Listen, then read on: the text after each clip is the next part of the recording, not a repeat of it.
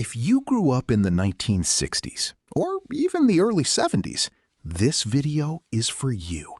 Because today, we're going back. Back to a time before screens, before schedules, before helicopter parenting and hand sanitizer and GPS tracking on your child's backpack. Back to a time when the whole world was your playground, and the only clock that mattered was the sky.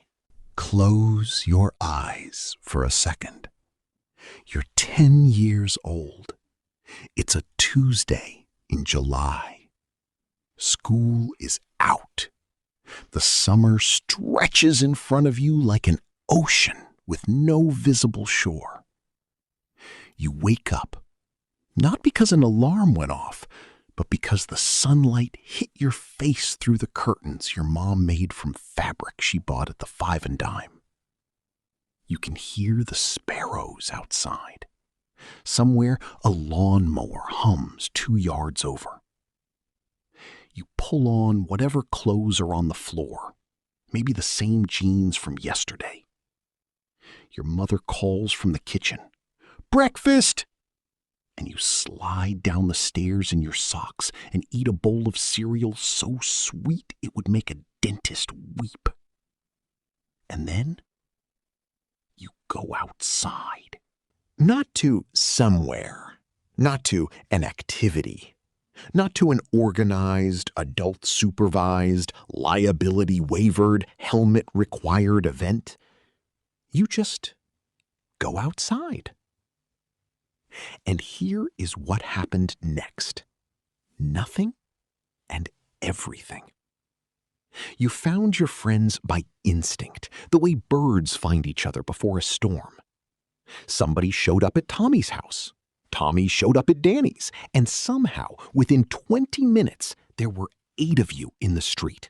And nobody had sent a single text, made a single call, or checked a single calendar.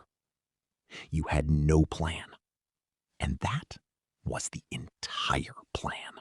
Here's what the kids of the 1960s had that no generation has had since.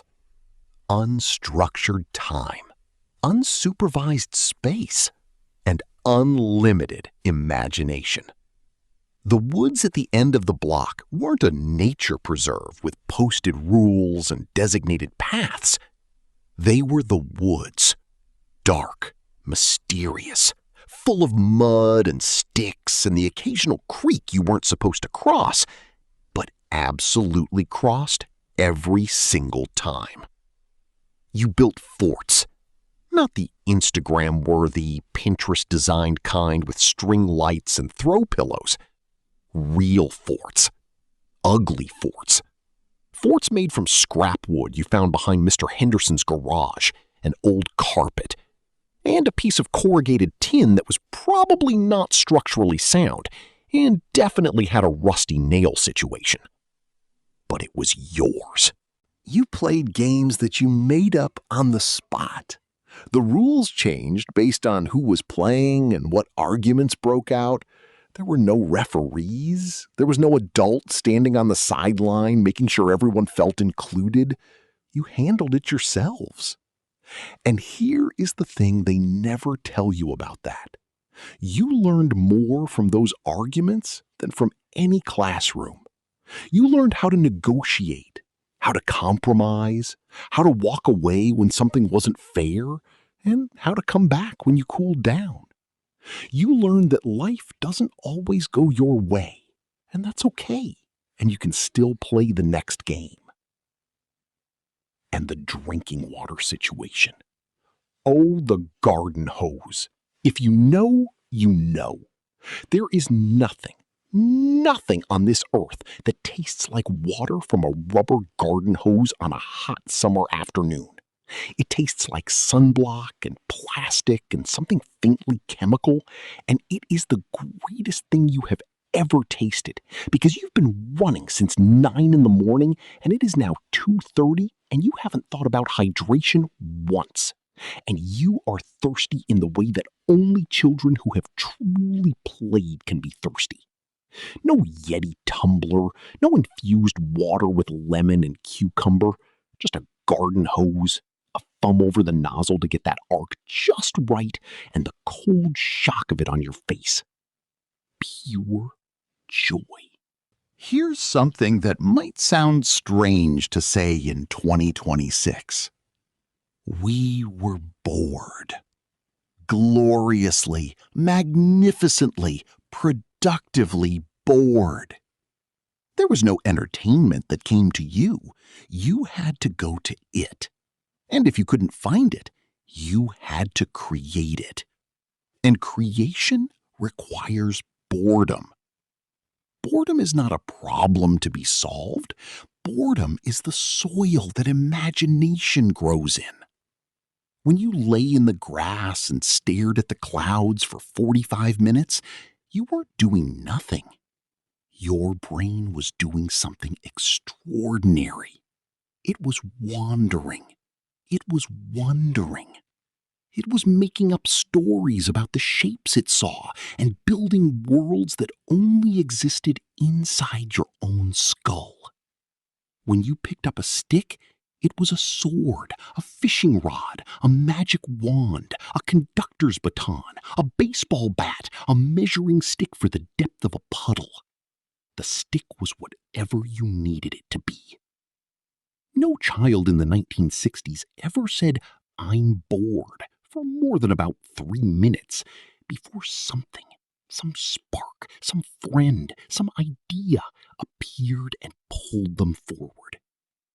And the research, decades later, would confirm what we all felt instinctively.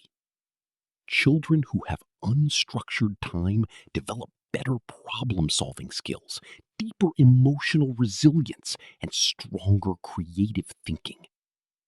We didn't know that then. We just knew it felt good.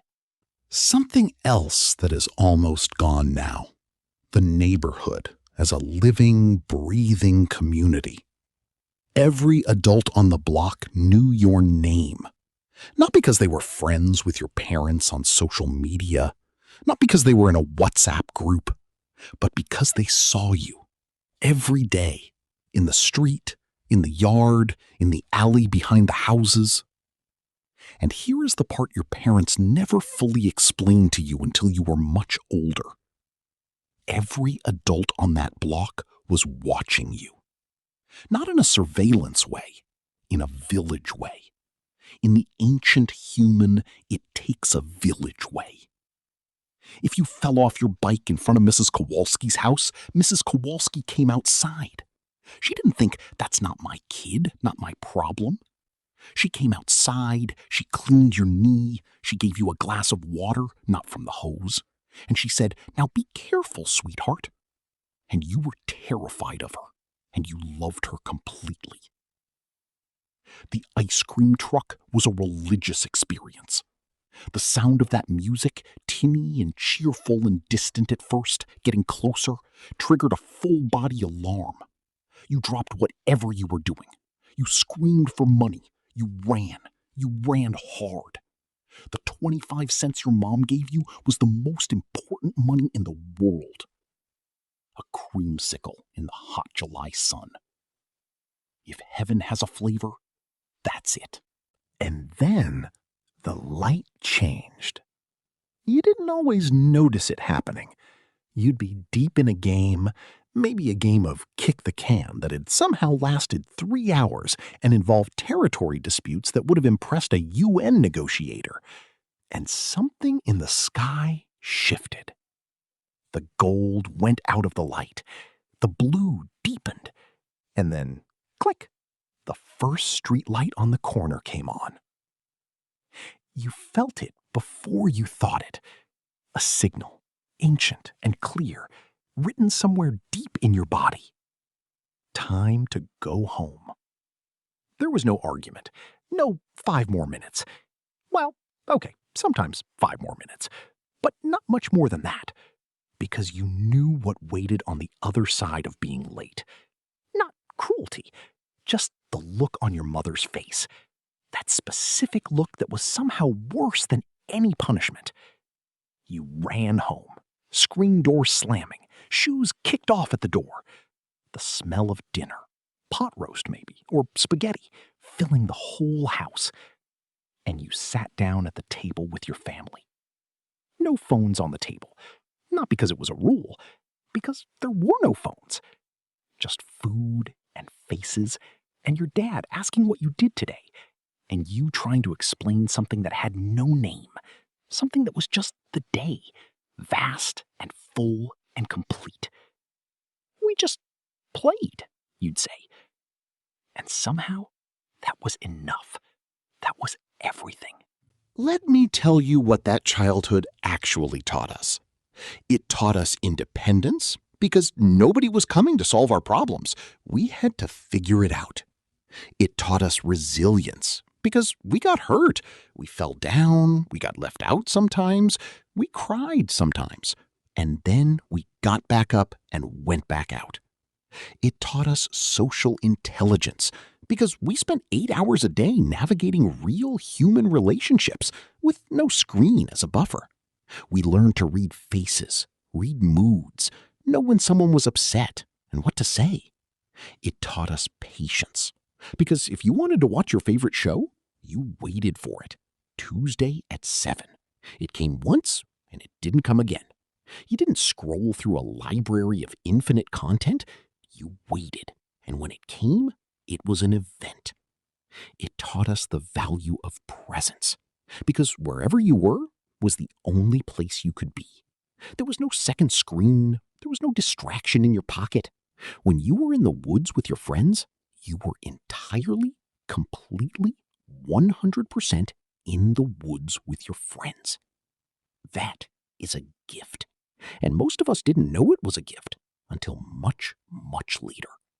I'm not here to say the old days were perfect. They weren't. There were things about that world that needed to change, and did change, and should have changed. But there are things from that world that we lost, and didn't mean to lose, and might be worth looking for again. The research tells us that children today are experiencing record levels of anxiety, loneliness, and depression. The very technology that was supposed to connect us has in many ways left the youngest generation feeling more isolated than ever.